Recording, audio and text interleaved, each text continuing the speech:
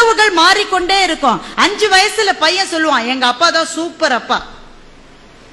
5 வயசு. 10 வயசானா சொல்லுவான், எங்க அப்பா நல்லவரு. அப்பா கத்துவாரு.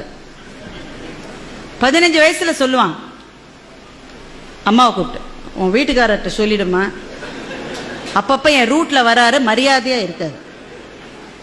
20 வயசானா பையன் சொல்லுவான், எப்படிமா இந்த ஆளை போய் நீ கல்யாணம் பண்ணிட்ட? அப்படின்னா பையனுக்கு 20 வயசுன்னு அர்த்தம். 30 வயசானா பையன் சொல்றான், சார் நான் எங்க அப்பாவோட பேசுறது இல்லை சார், நான் என்ன செஞ்சாலும் தப்புங்கிறார் சார், அவரோட நான் பேசுறது. அப்படின்னா பையனுக்கு எவ்வளவு வயசு? 30 வயசு.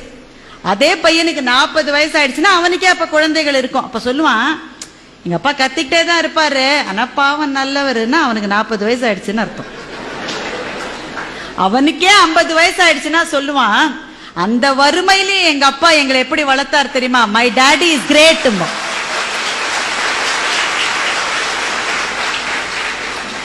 எங்க அப்பா கிரேட்னு 5 வயசுல சொன்னது சார், திரும்பி வரதுக்கு 45 வருஷம் ஆயிருக்கு பாருங்க.